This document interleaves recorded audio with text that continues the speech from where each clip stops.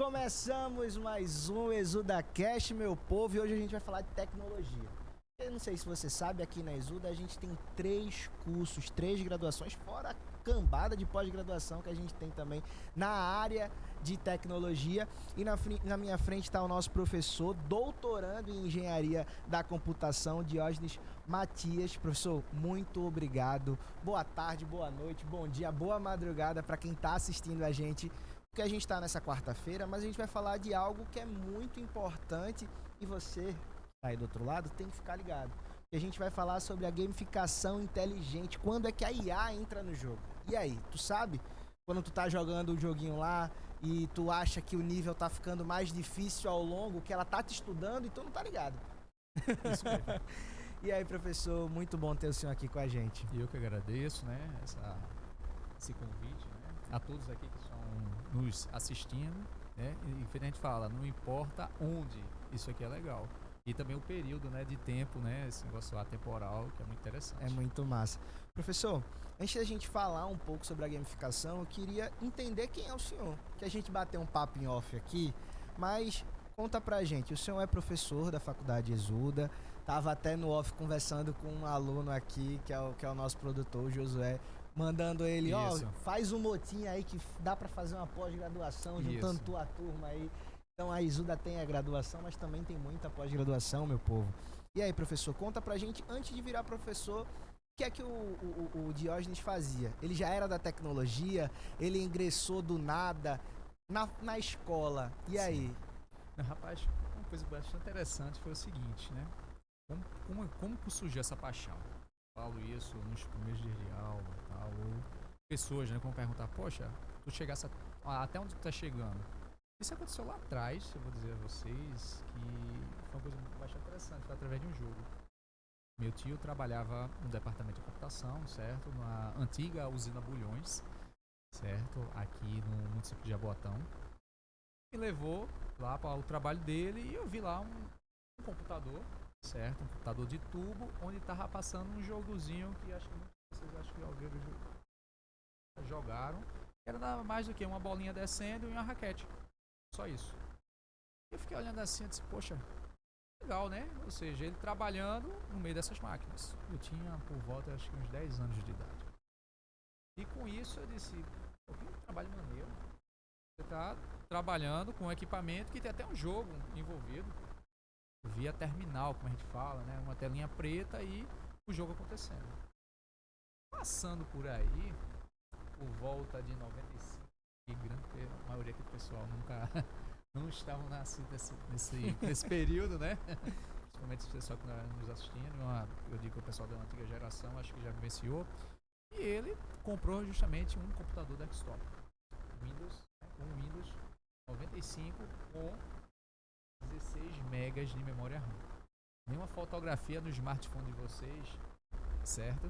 Tem uma capacidade muito maior, né, de armazenamento de resolução de imagem. Então isso aí era um computador e eu tive, né, o contato. Eu fico dizendo até para meus alunos e colegas, né, mais próximos que eu vivenciei aqui no Brasil, né, essa transição, certo, da computação que saiu do cunho comercial, onde empresas, né, tinham esses grandes computadores e foram para os computadores residenciais que começou a se popularizar, né, uma classe média, digamos assim. Eu tive esse privilégio de passar por todas essas fases.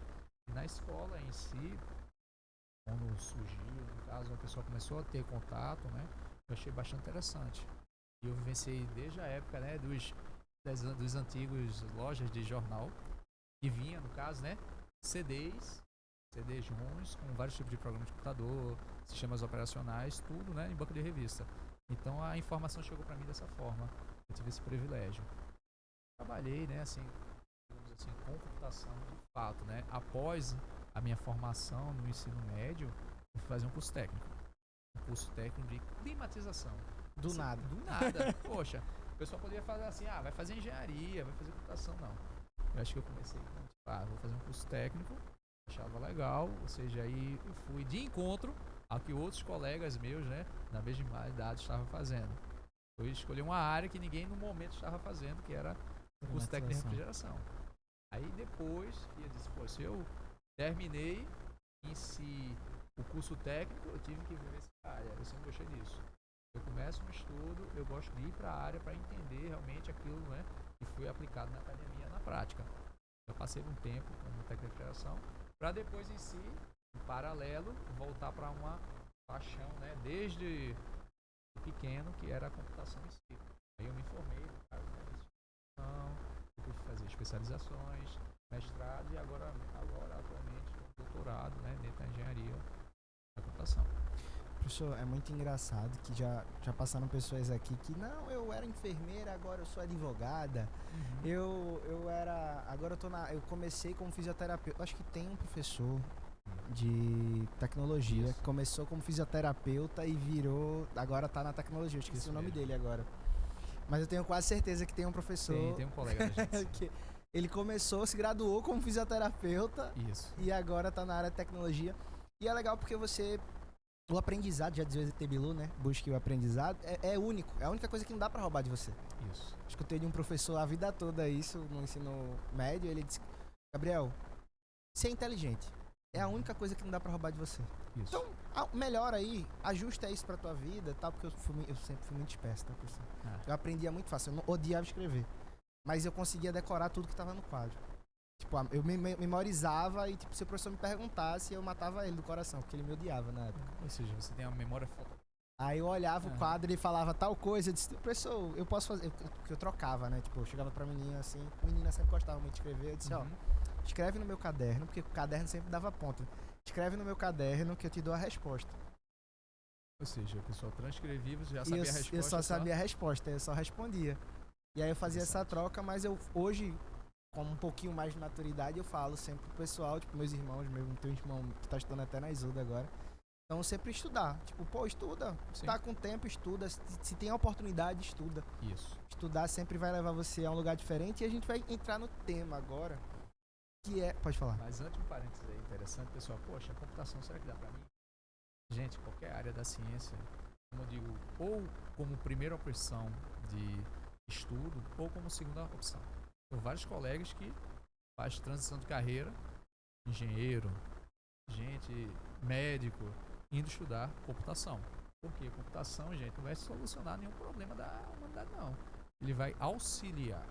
Então a computação em si não resolve nada sem uma ciência por trás. Sim. Pode ser na saúde, pode ser na engenharia, pode ser nas licenciaturas. A computação é um potencializador. Ele vai pegar os dados e potencializar aquele conhecimento, né, que qualquer pessoa, né, pode ter. Então, um músico pode virar um engenheiro da computação? Pode trabalhar dentro, né, da área da música. Trazer a expertise dele para aquele momento, né? Isso, a computação massa por causa disso. Mas assim, a minha agora foi 100% em computação. Show. Ô, professor, o tema da gente é a gamificação. E, por um leigo, gamificação, que danada é gamificação? Você poderia trazer uma definição do que é a gamificação? Sim. A gamificação, gente, temos duas vertentes. A gente pode ter a gamificação lúdica, certo? Que é o mais comum, que a gente brinca em jogos de tabuleiro, certos jogos, digamos assim, que você tem sempre algo, né? Do que a gamificação em si, se for de forma lúdica, tem que se divertir. Jogos que vocês se divirtam. E já temos outros tipos de gamificação, que é um game voltado para quê? Para uma mecânica de ganhar pontos e desenvolver habilidades. Então tem esses dois lados que a gente tem que entender o que seria.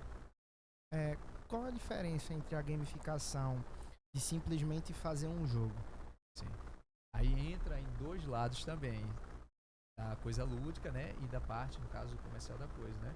Fazer um jogo, eu digo, né? A gente tem várias vertentes. Está contando uma história e um enredo, certo? E a partir daí tem uma atribuição de que ganhar pontos. Então você sempre vai estar buscando algo para te satisfazer. Ou de forma pontuada, né? Para a gente estabelecer algumas métricas por satisfação. Por exemplo, pular corda. Um jogo. Não é isso? Então você tem o quê? Tem dois lados da moeda que você pode o quê? Tá pulando para o quê? Impor quem tem mais tempo, né? Sem, no caso assim, errar o compasso, né? Do pulo. E tem outros que vai estar lá competindo. Então sempre tem esses dois lados da moeda. Professor, e é aplicado em várias áreas. o senhor falou de várias áreas, né? Sim. Mas eu queria explorar a questão da experiência. Perfeito. Então, hoje, o senhor poderia trazer um caso, né, uma experiência sua voltada Sim. para a gamificação? Poderia trazer até esse lado, né? Perfeito. Uma atuação na sala de aula que o senhor Perfeito. trouxe ou uma experiência de um projeto? Sim, pronto. Se a gente for observar, né? Pronto, um tema recente agora da minha dissertação. O que eu fiz? Eu criei um ambiente virtual para ensino e aprendizagem de BPMN. O que seria BPMN? Nada mais é do que fluxo de processos. E bebe tanto da administração como da computação. Ou seja, vulgarmente o pessoal fala, isso aí é um fluxograma. Não é. É uma linguagem, no caso, né, de modelagem de software. E o que eu fiz? Criei um ambiente virtual. E a partir desse ambiente virtual, as pessoas estavam inseridas nesse ambiente, aprendendo dentro desse ambiente virtual o fluxograma, certo? Dentro do modelo BPMN. De maneira, né, onde a pessoa que estava dentro desse ambiente virtual conseguia aprender. Esse seria um exemplo, no caso, né, desse ambiente virtual, se eu atribuísse pontuação e métricas de tempo, no caso eu conseguia medir a experiência que meu usuário final estava tendo, no caso, para a compreensão desse modelo de processos. Quanto vai do entendimento, né? Isso. O quanto aquele usuário está Isso. entendendo e produzindo dentro daquela ferramenta. Isso. E como qualquer outro projeto ou qualquer outro trabalho, existem mitos. Sim. Ou equívocos. Sim. Se eu poderia citar alguns desses mitos, porque essa é a minha visão de leigo, Sim. né? A gente vê, não, mas é que sempre tem uma fake news que aparece do nada e tal. Tem algum mito ou algum equívoco que o senhor pode falar que aconteça? Voltado A gamificação? a gamificação, assim, um mito, né? E a gente pode falar que será que todo jogo é igual? O jogo de tabuleiro, por exemplo, quando a gente rola os dados, a gente sempre vai ter a mesma jogabilidade? Sim. Pode ser o mesmo jogo, mas pessoas diferentes. Pessoas diferentes, com culturas diferentes jogando. Entendi. Por exemplo, um jogo simples, o pessoal pode observar, é o jogo da velha. Então o jogo da velha tá lá, né? A gente já sabe as combinações. Então se o meu usuário final colocar, no caso, o X no lugar certo, a gente já tem uma previsibilidade, né? Da outra pessoa, né? Colocar o outro elemento para não deixar o quê? Que a pessoa ganhe. Então sempre vai ter um empate envolvido ali. De fato. Sim. Eu tenho um negocinho aí que dá pra eu ganhar sempre, tá? Depende. Se você botar em nível extreme, digamos assim, com uma máquina. Contra a máquina, já ganhei algumas vezes. É. Já ganhei algumas vezes da máquina. A máquina, se eu começar, a máquina, se ela começar, ela me vence. Isso. Em qualquer posição. Qualquer posição. Não, é justamente isso. Então, infelizmente, parece que ela sabe onde eu vou colocar a próxima. A probabilidade dela é muito... Isso, no caso, quando a gente tem esses jogos, né, que a gente consegue prever, fica um pouco mais fácil. Então, um exemplo, o dominó. Isso. O dominó, o pessoal que tá jogando... famoso contar pedra, já né? sabe de cabeça, o cara já vai no automático, né, como faz assim, de maneira cultural, já sabe como dimensionar. Ou o cara vai tentar burlar, né, infringir todas as regras para fazer um bluff e deixar passar alguma coisa despercebido. Mas se for mecanicamente falando, né, não tem como. Muito aconteceu, falando dessa questão do bluff, né, do contar, nos cassinos dos Estados Unidos. Sim. Porque muitos matemáticos foram banidos de ir pra cassino porque Sim. eles contavam carta no Blackjack, Sim. no 21, né, no 21 comum. Então, até hoje em dia, o contar cartas é um crime. Sim. Então, porque você tá... eu vejo assim, ele não tá usando nenhum artifício tecnológico ou um óculos que conta, algo do tipo, Sim. é só a cabeça. Sim. Ele tá pensando e raciocinando. Então, tipo, se ele vê que saiu um 7, saiu um 8, saiu um As, e ele, viu que na mão dele tem 2 cartas ali, ele já sabe qual vai ser a próxima carta. É uma matemática de probabilidade, mas é injusto voltando pro cassino. O cassino acha isso injusto. Lógico, mas tipo assim, se a gente observar, né, assim, tipo, né, tem todos uns mitos, né, e a gente vê que dependendo, poxa, tem que dar lucro como qualquer outra empresa. Então se você tem uma falha nisso aí, o que acontece? Aquela pessoa, né, vai dizer assim, pô, só tá dando prejuízo. Aí torna uma lembrança do passado que existiam os jogos de fliperama e quem locava o equipamento ficava com raiva de um jogador, que ele pagava por uma ficha e passava 2 horas com aquela ficha e vencia o jogo, zerava o jogo. É. Então o pessoal ficava esperando ele terminar, porque ele tava jogando sozinho, com aquela única ficha. Então gerava um desconforto, né, no negócio dele.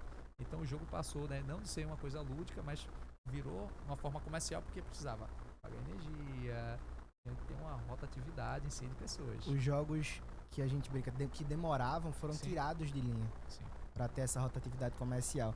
E aí, falando nessa parte dos pontos, né, tem uma Sim. pergunta aqui que é: por que pontos, medalhas e rankings funcionam e ao mesmo tempo em alguns determinados locais não funcionam? Isso aí é bastante interessante, meu querido, porque chega naquele ponto de ansiedade. Que tipo de ansiedade? Quanto mais você quer ter uma pontuação máxima. Mas nem sempre aquilo ali você fica uma coisa muito robotizada. E assim, aquele negócio de... Você já pararam para observar jogos lúdicos que você vê que a pontuação é quase infinita, né? Por quê? Porque você fica preso naquilo ali, dizendo, só tô ganhando. Só tô ganhando. Então você tem um ranqueamento. E como é que é metrificado isso aí? Dependendo do tipo de jogos, né? O que acontece? Você fica preso naquele jogo porque você só tá ganhando e ranqueando, que é melhor.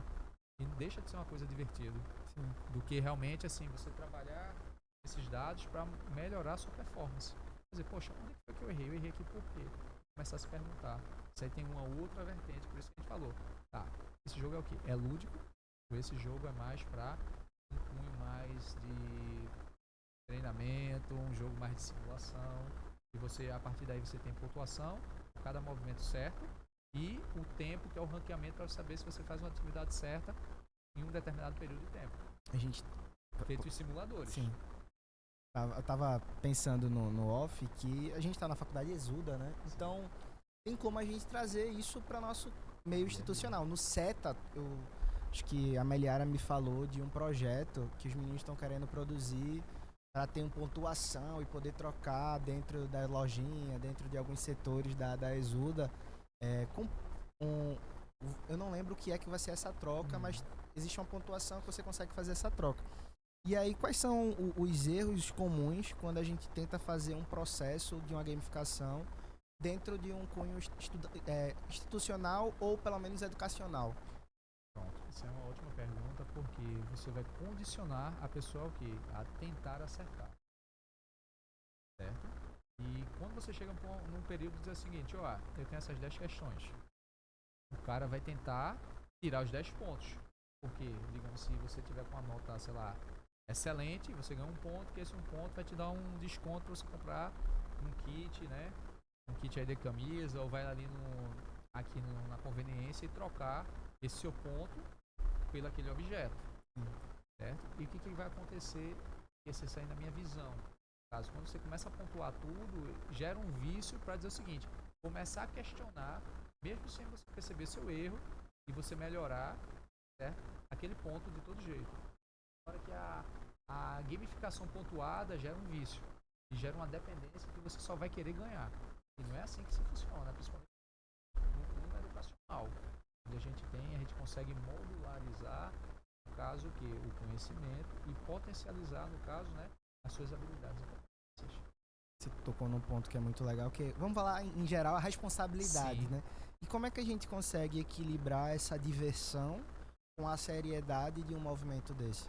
Porque eu entendo que tem que ter o cunho da diversão, Sim. porque o lúdico, aquele encantamento precisa ter para eu ter o estigma de, eu vou fazer, eu vou querer, Engajar. eu vou produzir, vai engajar, né? Isso. Mas ao mesmo tempo tem que ter a responsabilidade, a seriedade daquilo. Como é que a gente consegue equilibrar? Isso aí seria interessante, assim, primeiro é mapear o nosso público. Uma coisa que eu acho bastante interessante dentro dos jogos principalmente, tem gente que gosta, pronto, se é pegar a geração e for, como é que eu posso falar assim, alavancar no caso, né, pelas idades. Então na década de 80 a gente tinha jogos digitais que era através de plataformas, onde a pontuação era quanto menos tempo, né, que você conseguiria fazer e quanto mais, digamos assim, acertos você ia ter, né, dentro de um ambiente, né, probabilístico, né, bem determinado. Essa geração evoluiu para outros tipos de jogos, que foi justamente depois aqueles jogos de plataforma, onde você tinha um cenário e o personagem ia desviando de várias rotas.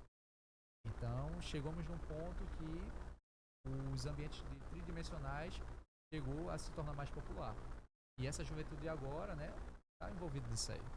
Então, a maioria dos jogos, algumas partes dos jogos de celulares, assim, a gente vê um mundo aberto, onde você tem essa gamificação. Você vem por dentro da sala de aula e chegar para os alunos e dizer o seguinte: olha, isso aqui vai ser um quiz. O cara, beleza, é um quiz, pergunta e resposta.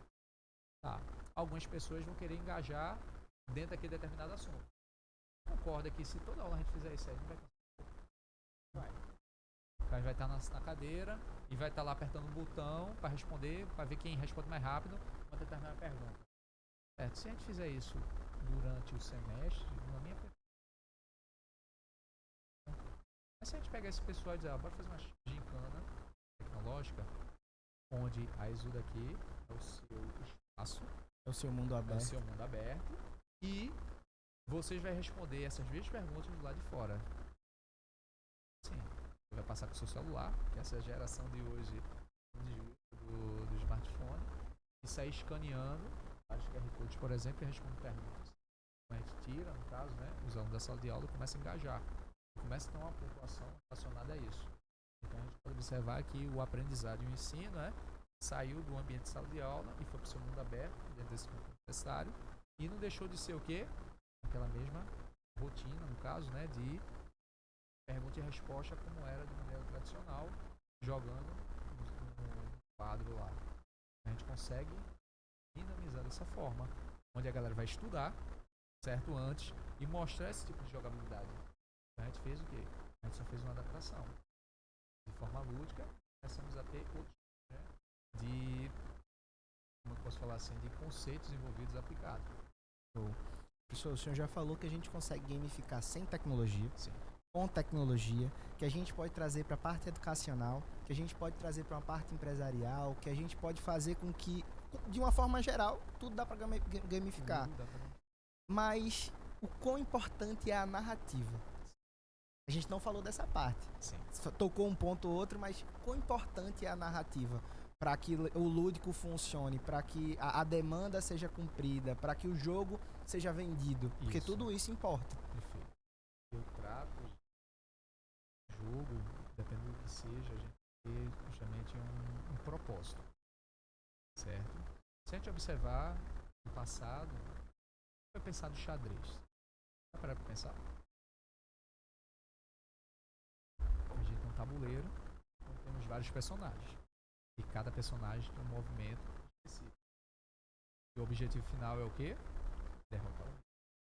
De um ponto A para o ponto B, muito bem definido. Então, na construção da narrativa em si, não importa qual cenário seja, tem que ter objetivos dentro das suas regras. Isso aí dá para fazer o quê? Um planejamento estratégico. E a forma da abordagem de como a gente vai trabalhar. Isso aí. Professor, a gente vai entrar no ponto agora, que é a questão da IA. Que o senhor falou, a gente passou uma trajetória para a gente entender o que é a gamificação. Mas hoje, vamos brincar que eu sempre trago aqui que a gente já tem o termo, né? Pós-pandemia, o termo já existe. Sim. A tecnologia evolui cada mês, cada semana. Os 6 meses já virou um ano. E nessa expansão, acho que essa palavra é essa, nessa expansão da tecnologia tão rápida, tão massiva, como é que o senhor incorpora a IA dentro da gamificação e o quanto ela auxilia, que a palavra certa até no off você falou, quanto ela auxilia a gamificação? Cara, vê só, a IA hoje, novo, poxa, não. Desde a década de 60. Os conceitos de modelos matemáticos, assim, foi desde lá do passado. Um pouco congelado, digamos assim, por quê? Porque não tinha tecnologia para e não tinha o cálculo específico para aquilo ali se materializar. Imagina só, a gente investir em pesquisa lá no passado, mas chegou num ponto que, cara, não tem como a gente evoluir com aquele buraco. E em 2010, alguém com a evolução dos computadores diz, eita, que massa! Hoje a gente tem tecnologia para isso.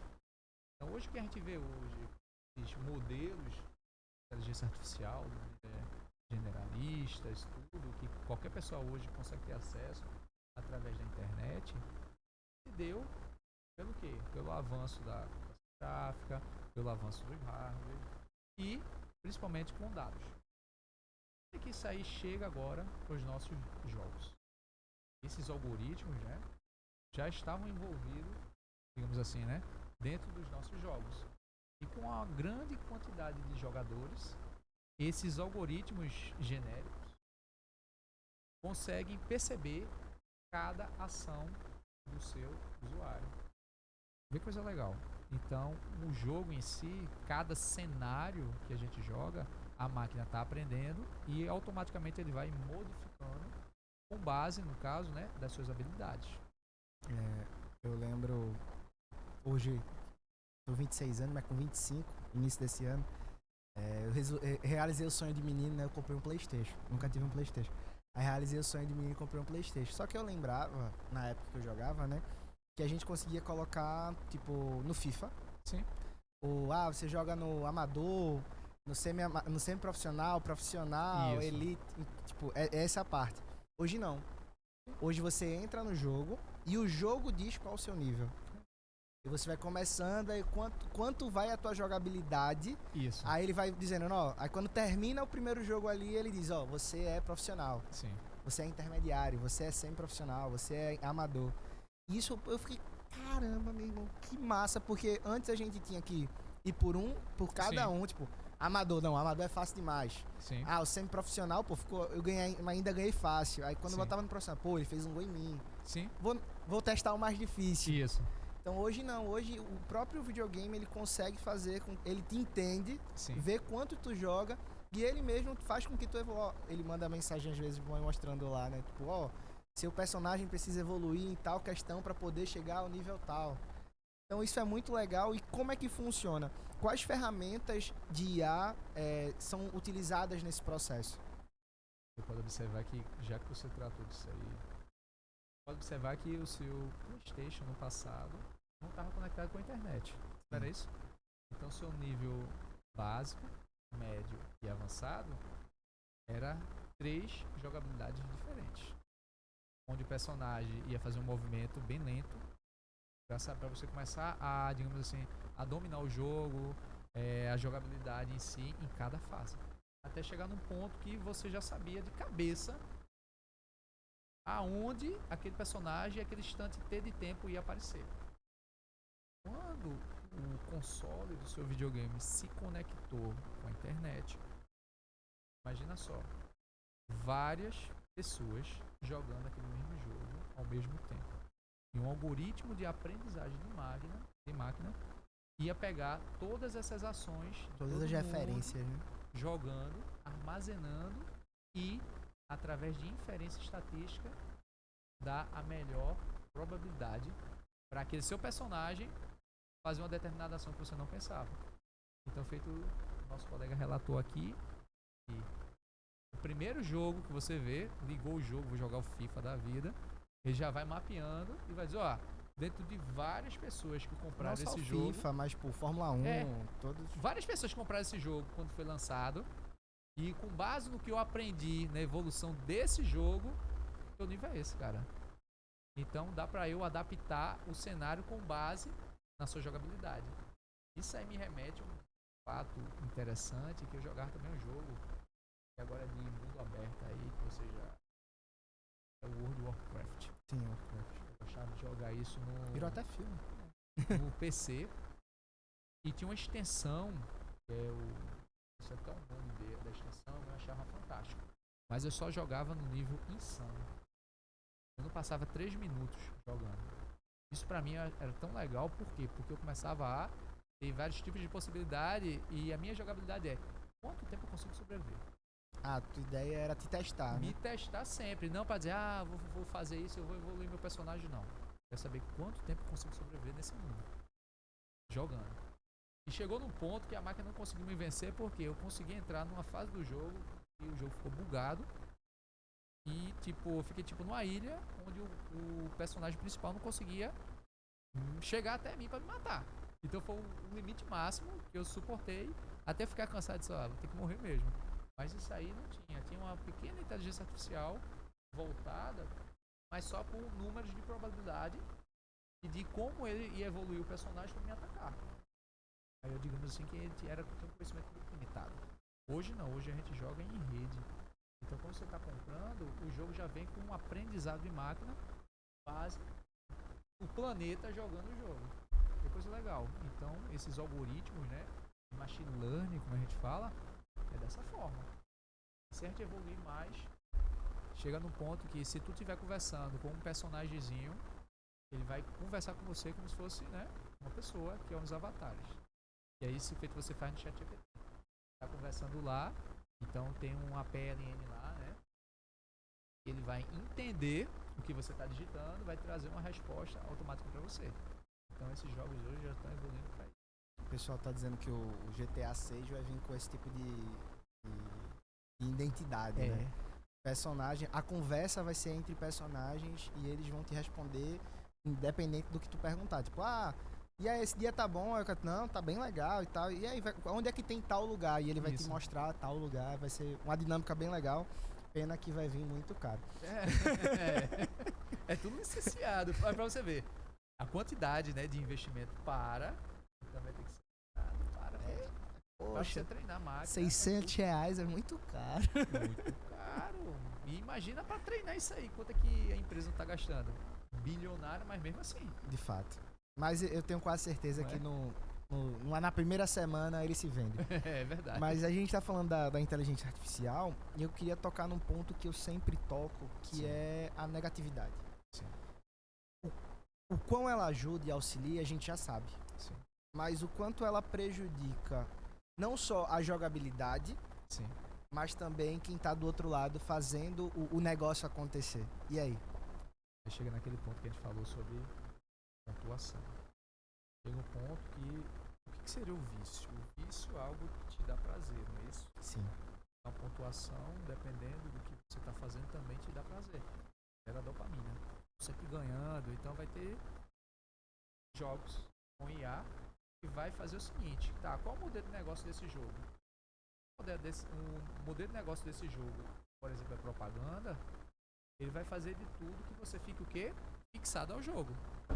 Então vai estar rodando vários tipos de propaganda, a empresa vai estar ganhando e você vai estar com sua pontuação também ganhando porque você está jogando. Então Sim. você vai ficar preso a isto. Aí chega o outro lado ético da coisa, né? Até onde vai? Qual é a missão, visão dessa empresa de jogos que está por trás? Será que, dependendo, ele vai te induzir para você não sair do jogo? Como seria a forma de eles lucrarem com isso? Será que eu vou fazer uma camisa personalizada para aquele cara que tiver tantas horas de jogos? Vai ter gente passando horas e horas até chegar naquela pontuação para trocar naquela camisa específica. A palavra... no marketing tem um nome pra gente fazer isso. Porque a gente pode ir nas lojas, digamos. Sim. O teu cliente que comprou mais de R$5.000. Aí Sim. você dá... Tem um nomezinho, não consegui lembrar agora. Vou dar uma pesquisada, mas continua. Sim. Aí o que acontece? Isso aí é até onde vai, né? Assim, beleza. A empresa sobrevive de quê? Primeiro ponto. Segundo ponto é, o que eu quero que... A mensagem do meu jogo, o que ele quer passar? A pessoa pergunta muito pra mim, poxa, Deus, como que eu faço um jogo? Eu disse, cara,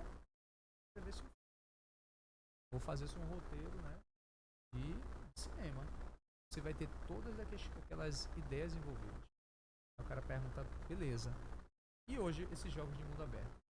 É a mesma coisa. Então quer dizer que vocês estão criando o quê? Uma nova identidade e uma nova sociedade envolvida.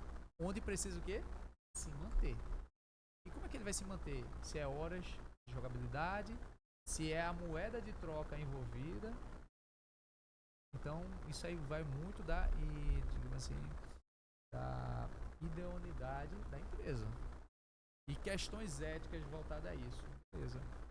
Dentro desse ambiente do jogo, esses dados que estão sendo trafegados entre os usuários. Imagina que eu tenho um super usuário lá, ele consegue fazer tudo dentro do jogo. O meu concorrente não queria esses dados desse usuário, não. Vai dizer, vem pra mim com o meu servidor, e do meu servidor, do nada vai aparecer a propaganda do ExudaCast lá. Onde tem 3 milhões de pessoas jogando ao vivo. Então eu posso fazer um outdoor digital dentro desse jogo de mundo aberto, mostrando o ExudaCast e dizer, quem se matricular agora vai ter tantos por cento de desconto. Sacaram até onde isso A aí lógica, né? vai por trás? A palavra é fidelização. Fidelização. A fidelização, aí ele ainda colocou a pergunta, né? Tipo, aí fidelização, construção de relacionamento. Sim. Criar um contexto emocional com o cliente.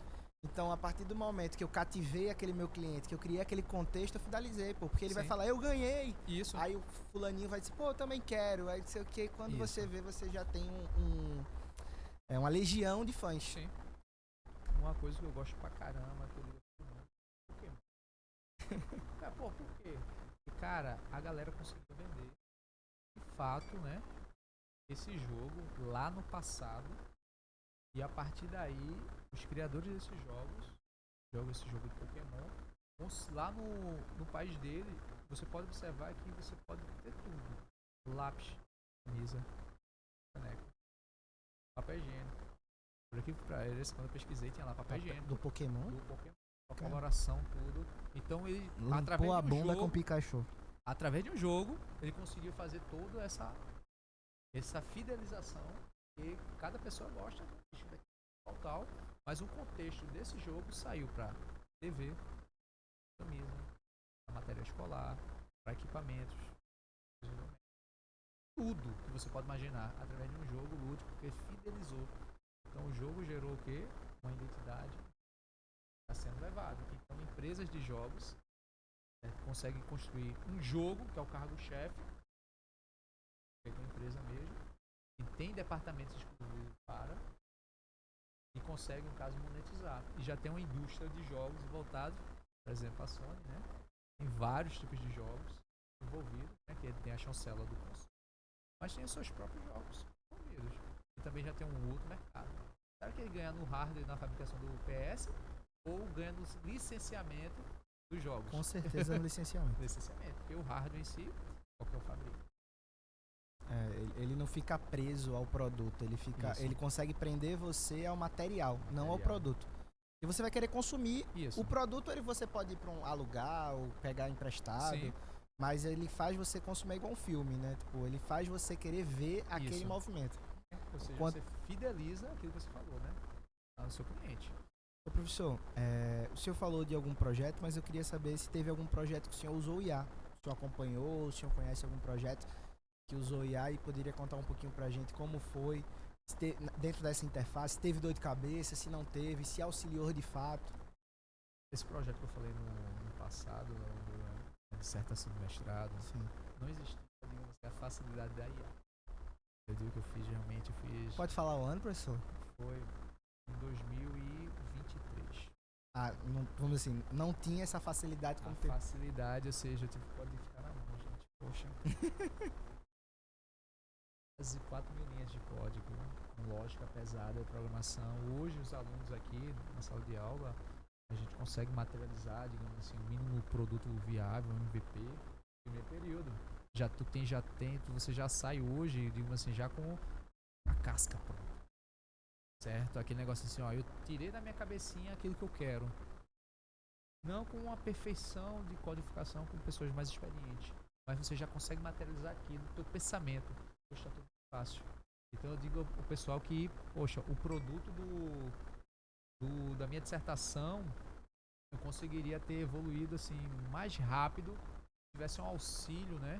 Pelo menos os erros que estavam aparecendo no decorrer do desenvolvimento, eu tinha conseguido, no caso, né, acrescentar outras coisas. Por exemplo, eu poderia ter acrescentado uma IA generativa para pequenas resoluções assim de dúvidas, digamos assim, a pessoa que está envolvida no meu ambiente virtual, se tivesse alguma dúvida, ele poderia tirar automaticamente, né, um avatar.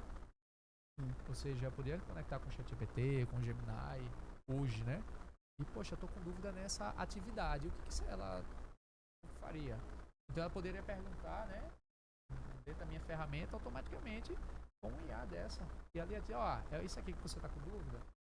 Então, o processo do entendimento seria, digamos assim, né, de uma forma mais do que a facilidade da minha ferramenta para você tá imersivo dentro dela e não gerar dúvida. A ideia era essa. A IA iria ser um facilitador. Facilitador, perfeito. Facilitador. Não iria mudar muito do Não. que era o processo, mas iria ajudar a facilitar a usabilidade, a palavra Isso. correta, né? É o entendimento, digamos Sim. assim, né? A usabilidade é de como a gente tá manipulando. Mas o entendimento de fato. Ô professor, existe alguma diferença entre a gamificação para o jovem e para o adulto? Porque você falou no início, a palavra, eu acho que a palavra foi saber quem é seu público. Isso, o nosso público-alvo. O público-alvo. Como a gente faz um tráfego pago no Meta ou TikTok ou algo do tipo, a gente tem que saber quem é o público-alvo, a região daquele público, o que ele consome, quais são as palavras-chave. Isso também é voltado para uma gamificação? 100%. Porque, observa, no ato de desenvolvimento de uma... Eu tive um fato interessante que um aluno meu disse que a filhinha dele, 2 anos, já sabia ir direto no YouTube. E já sabia botar até um jogozinho que ela gostava, que era clicar na telinha e estourar os balões. 2 anos. Então imagina só, pegar uma criança de 2 anos, construir um jogo e ela conseguisse desenvolver sozinha, no caso, essa habilidade de achei o ícone e você jogar aqui, apertar na telinha naqueles balões, ia soltar um som feminino para uma criança de 2 anos. Se você pegar isso aí e chegar para um adulto, faz isso aí, ele vai fazer. Mas vai chegar um ponto que vai dizer, cara, isso aqui pra mim não tem graça. Então tem o nosso público-alvo, isso. Tá, o jogo é de quem? Sei lá, de 0 a 2 anos. Depois, de 4 a 5 anos. E por aí vai. Vai depender do quê? Da quantidade de regras envolvidas para aquele jogo. Sempre no jogo tabuleiro. Eu acho que vocês já jogaram um tal de jogo chamado War. Tenho até hoje. Não é isso? Guerra. Muito bom jogo. A classificação dele é quantos anos? É de 12 Eu anos. acho que é a partir dos 10 anos 10 agora. anos, Agora é 10 anos. Vê, 10 anos. Mas só que o que acontece? Poderia uma pessoa de 6 anos, poderia? Era arriscado, porque as pecinhas são muito pequenininhas, né? E criança, né?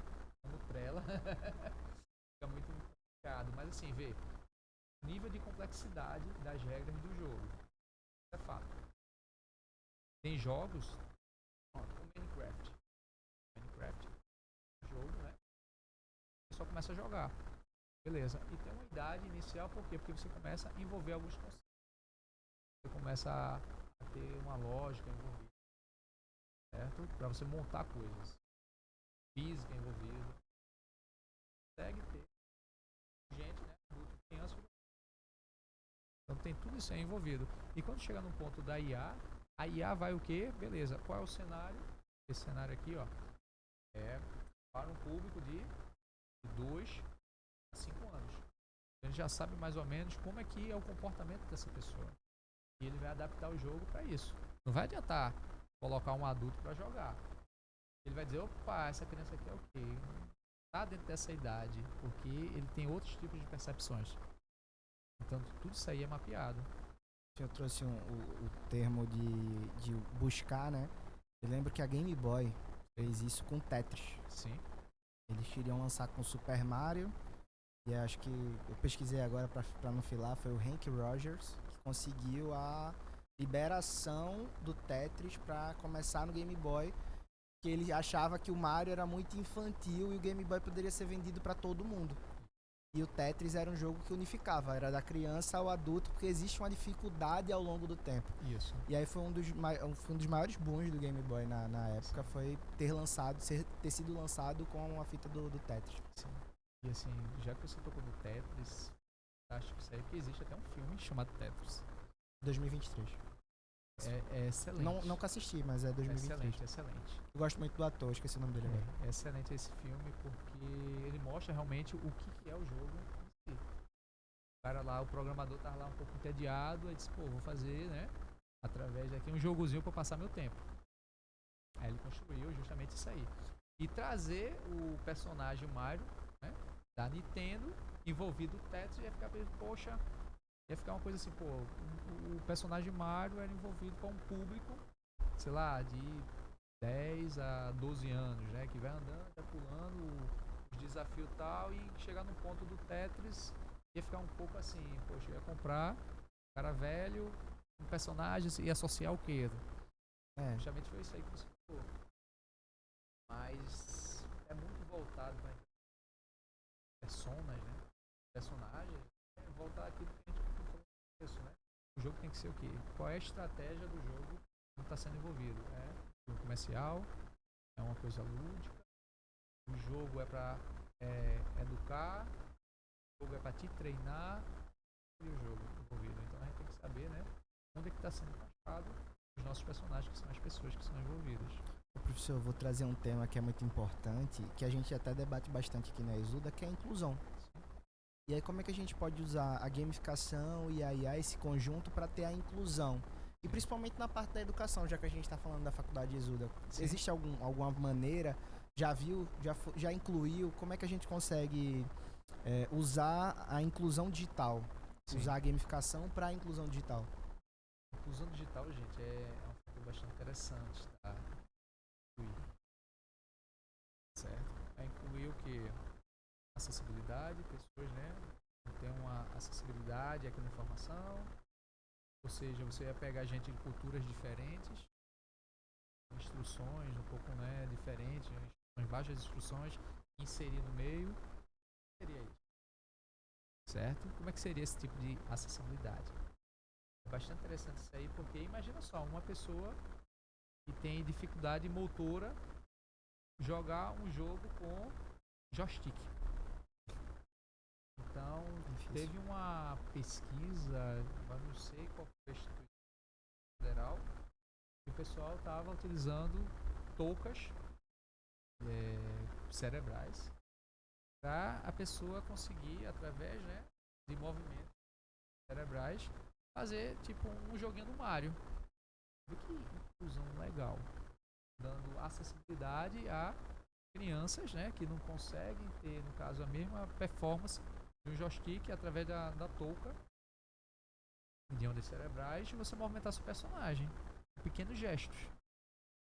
Isso é um trabalho que eu achei fantástico. Isso mostra a inclusão e mostra também que a marca... Sim. É porque eu sempre vou pensar na marca, porque é o meu jeito de trabalhar, mas, Sim. tipo...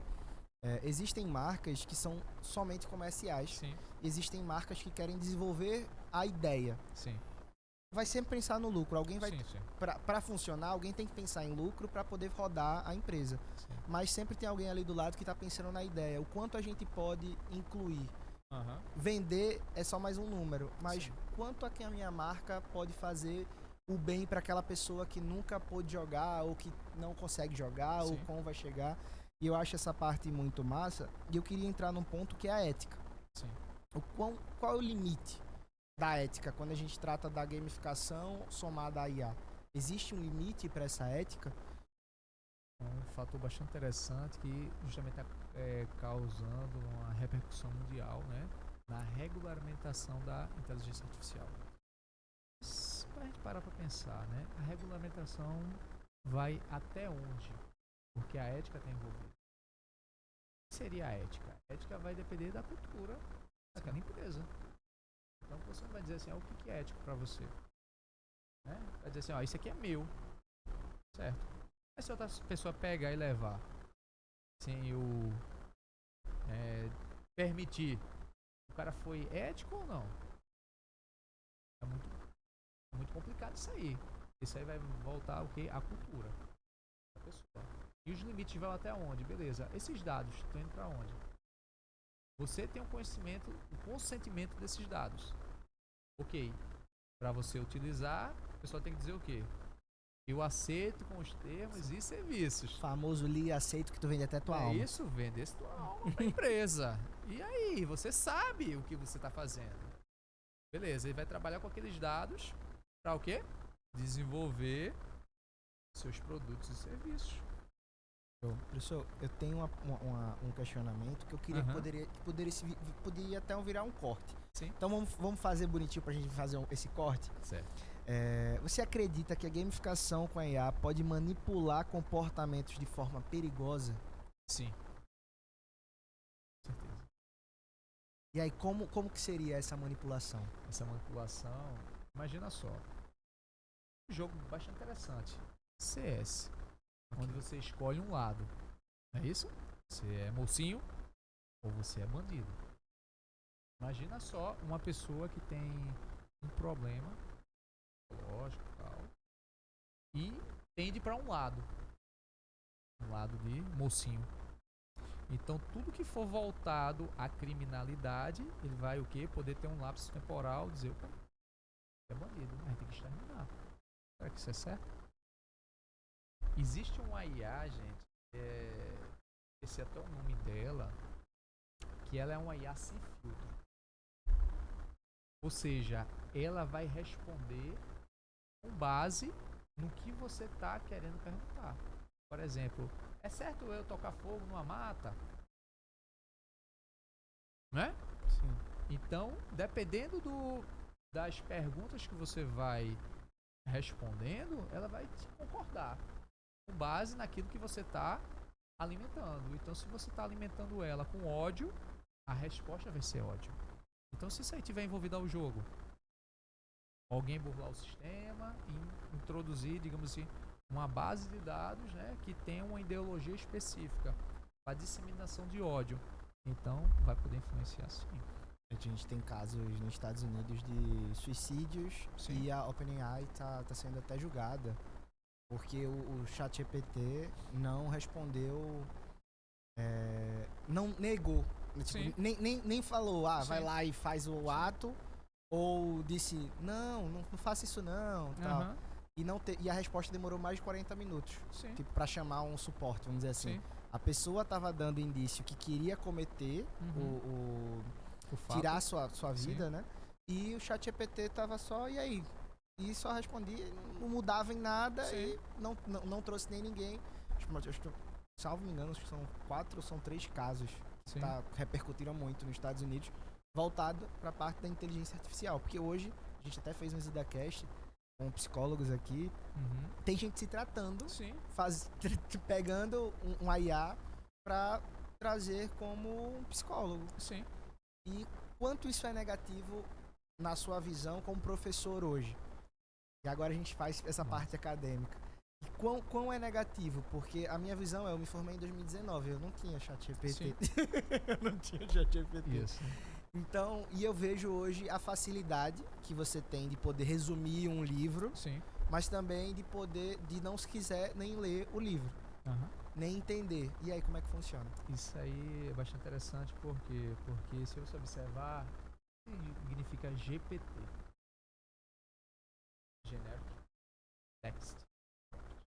Então, textos generalistas através de comandos. Então a resposta vai ser o quê? Genérico. Então o conhecimento é muito raso. O ChatGPT hoje, numa versão mais recente que foi elaborado, ele já está vendo com, digamos assim, respostas de doutores, a nível de doutor. Mas é raso, o conhecimento é muito superficial.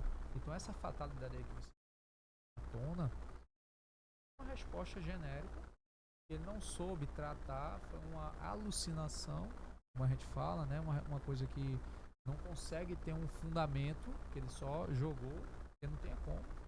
E esse tipo de complexidade, quem vai tratar é quem? O profissional da área. Um psicólogo, que ele notar que está tendo indícios, porque está olhando no olho e tendo comportamento, ou se é por videoconferência, hoje, né, que é um pouco mais fácil, ou pessoalmente, no ambiente controlado, né, que é o seu consultório, ele ia fazer automaticamente, ok, calma, ia induzir para depois chamar um socorro, né, um SAMU, um médico, para dizer, esse cara aqui talvez cometa algum ato. Isso é fato, coisa que a máquina não consegue. É difícil. E eu venho com mais uma pergunta voltada Sim. para a IA. Se a IA pode prever o comportamento do aluno, isso seria bom ou seria preocupante? E aí? Essa é uma pergunta bastante interessante. Isso é muito bom. Porque imagina só, hoje a educação no Brasil, como é que a gente vai conseguir gerenciar 40 cabecinhas dentro de uma sala de aula? Como é que eu vou saber que aquele meu aluno está dizendo que está bem mesmo? Que ele está bem mesmo? Será que ele veio para um ambiente de sala de aula, né?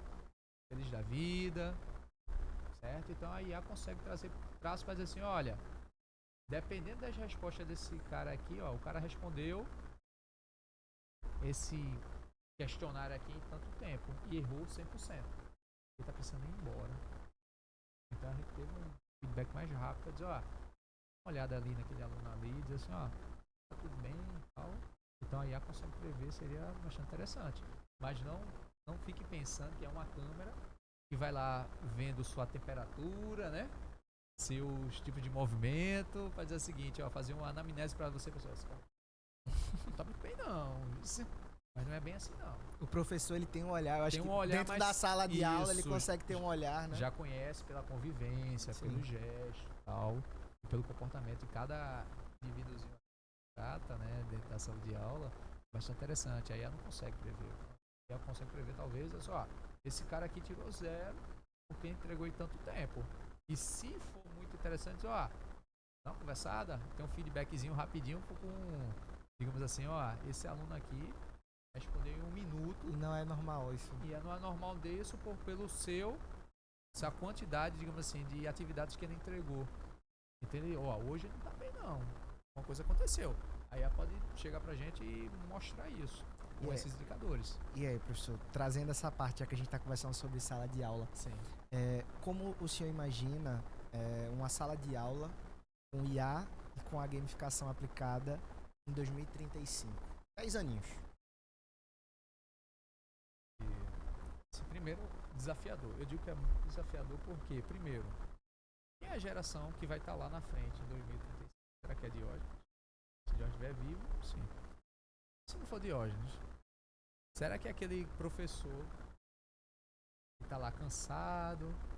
O professor não se atualizou? Será que não se atualizou? Ou porque não foi motivado para se atualizar dentro desse ambiente? Então, eu vou dizer a vocês que talvez em 2035, né? Revisite o vídeo. Daqui a 10 anos. Será que a gente vai estar envolvido dentro do metaverso?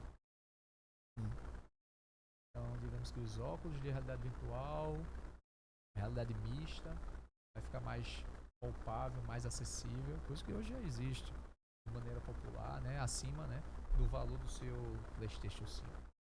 É em torno desses valores hoje, né? Acho que tá 3, 4 mil isso conto, mesmo. um negócio nessa pegada. Você consegue ter um óculos, né, de realidade virtual, um óculos Quest da Meta, mas será que todas as pessoas aqui vão ter acesso a isso dentro da sala de aula? Custa um pouco elevado. Se a gente falar de óculos de realidade virtual, a gente chega a um ponto de assim, cada um tem que ser individual, né? A gente tem higiene, tem tudo envolvido. Mas aqui em 2035, creio eu que vai melhorar algumas coisas e a gente mora num país ainda em desenvolvimento. Então, se a gente investir hoje, em 2035, a gente pode ter resultados fantásticos, tanto no ensino como na aprendizagem de qualquer área da ciência. Já que a gente falou de filme, você me lembrou agora Jogador Número 1. E cada pessoa tem o seu óculos de realidade virtual, Isso. só que aí alguns sucateados, outros mais evoluídos, uns com Sim. cadeira, com óculos e movimentação. Então, vai sempre existir a desigualdade. Sempre. Um vai ter mais que o outro, Sim. mas eu não lembro qual era a época, mas eu sei que era mais de 2030 e alguma coisa Isso. quebrada. Ou seja, é interessante que assim, o jogador número 1 é da década de 80. Não, o filme... O filme foi em 80. Não, é porque tem um novo. Tem um Pô, remake. você tá... Não, é porque meu passado é o isso. primeiro, com todo respeito, eu vi 15 minutos e era muito ruim. Uhum. Os primeiros 15 minutos era o gráfico... É tipo o Tron. Isso. Tipo, eu fui ver o Tron agora, o 2, né? E aí eu assisti antes, o Legado, que eu gosto muito da franquia Tron. Uhum. E aí meu namorado perguntou, pô, mas esse filme eu vi que tem um início. Eu disse, pô, o primeiro não é bom. É tipo... Pra mim é Tron, o primeiro é ruim. Uhum. É Duna. O primeiro Duna é horrível. Assim, lá de trás é péssimo. Hoje Duna é uma franquia excelente, perto do que foi lá atrás. Então o Jogador Número 1 também é muito fraquinho, o primeiro, mas o remake agora, se o senhor não assistiu, assiste, pessoal, é muito bom. Professor, a gente tá mais de 1 hora e não parece. que a gente tá há mais de 1 hora. E eu tenho 2 perguntinhas que eu acho que são muito importantes. Primeira pergunta é: qual a maior barreira hoje? A gente falou de 2035. Sim. Mas qual a maior barreira hoje? Tecnologia, tecnologicamente, pedagogicamente ou culturalmente? Cada uma, né? Quais são as maiores barreiras? Hoje, como eu consigo observar, parte de hardware tem que ser uma coisa mais acessível. Então, eu estava conversando até com um aluno, né, que eu disse: poxa, esse teu computador aqui, Diego, esse meu computador aqui, arquitetura tal, assim, massa. Já rodou um modelo de IA nele? E não rodei não. Joga aí uma IA dessa e vê qual seria a arquitetura padrão. E ele viu que o computador dele estava desatualizado, ou seja, um computador que ele não tem nem 2 anos.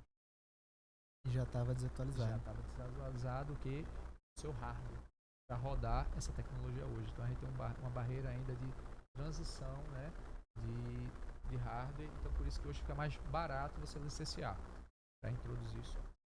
Quando a gente vai falar sobre pedagogicamente, vai ser como é que o professor vai conseguir aplicar, no caso, né?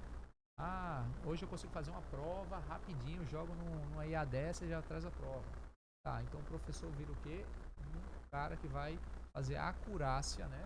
Vai ser o cara que vai ser o refinador das provas que ele vai ter, digamos assim, elaborado para IA e ver se está dentro do padrão que ele quer ou não.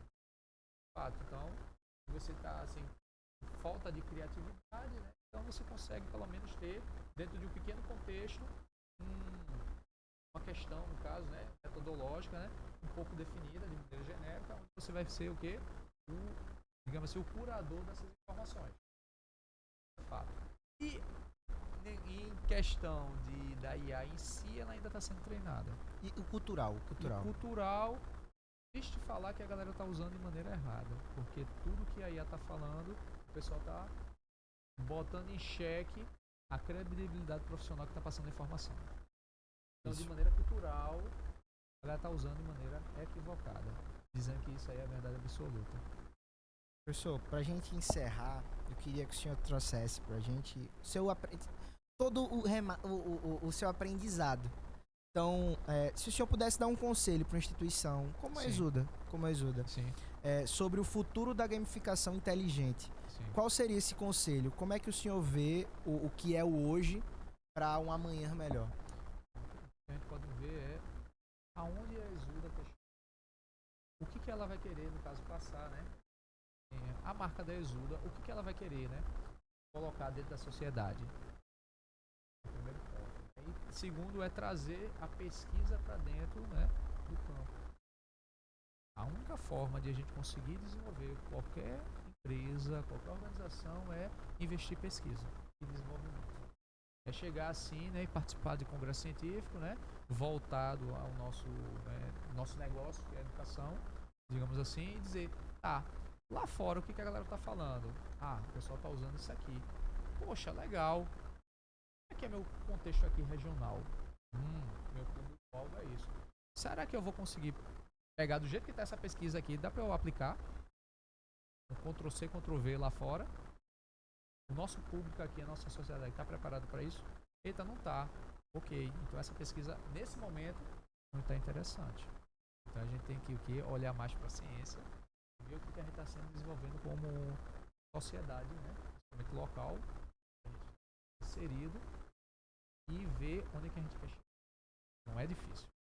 É investir em pesquisa e desenvolvimento. Mais uma vez eu reflito, ET Bilu estava certo. Busquem conhecimento, meu povo. Professor Diógenes, um prazerzaço estar com o senhor aqui hoje. E, antes de mais nada, faltou a gente falar de alguma coisa? E aí? Faltou a gente puxar algum tópico, falar de algo? Ou a gente resumiu bem o que é gamificação inteligente? A gente resumiu bem, né? Mas o tópico interessante é busca conhecimento em local credenciado, certo? E instituição. Então, vem pra Exuda. O que eu fico triste é aquele aquela coisa que a gente fala sobre empresa, né? Diz, vamos, né? Feito eu fico brincando no YouTube. Pra que diploma, cara? Não. Faz esse curso aqui de 4 horas que você vai ficar rico, né? Em 7 dias, cara. Não. Os anúncios, né? Os anúncios, cara, não. Seguinte, pega isso aí e traz pra dentro da sala de aula pra debater com gente que tá no mercado, com pesquisadores sérios. E também tem os dois lados da moeda dentro da pesquisa, mas conversa. Hoje tá mais fácil a informação. E acesso à informação tá mais fácil ainda do ano passado. Show de bola. E pra você que ficou aqui com a gente, joga aí na tela nossas redes sociais, porque a gente tá no Instagram, a gente tá no YouTube. Então, tem a parte de cortes do YouTube, coloca aí no Explorar. Cortes ExudaCast, tudo juntinho, corte ExudaCast. E lá no Spotify também. Então, se você, não quero escutar 1 hora, 1 hora e meia de ver, você pode escutar no carro, lavando roupa, lavando prato, faxinando, indo pra academia. Se quiser escutar, a gente tá no Spotify. A gente também tá nas redes sociais, então você consegue ver o cronograma da semana, quem vai estar aqui com a gente, quem são os convidados, cortes desses convidados. E lembrando, se inscreve no canal da Faculdade Exuda, que você ajuda bastante a gente, professor Diógenes. Prazerzaço estar com o senhor aqui. Se é despedida, beijo pra Xuxa, mãe, pai, periquito, papagaio. Beijo pra vovó, beijo pra mamãe. Show de e bola. pro papai. Show de bola. Obrigadão, meu povo. E até a próxima, porque amanhã tem mais. Tchau, tchau.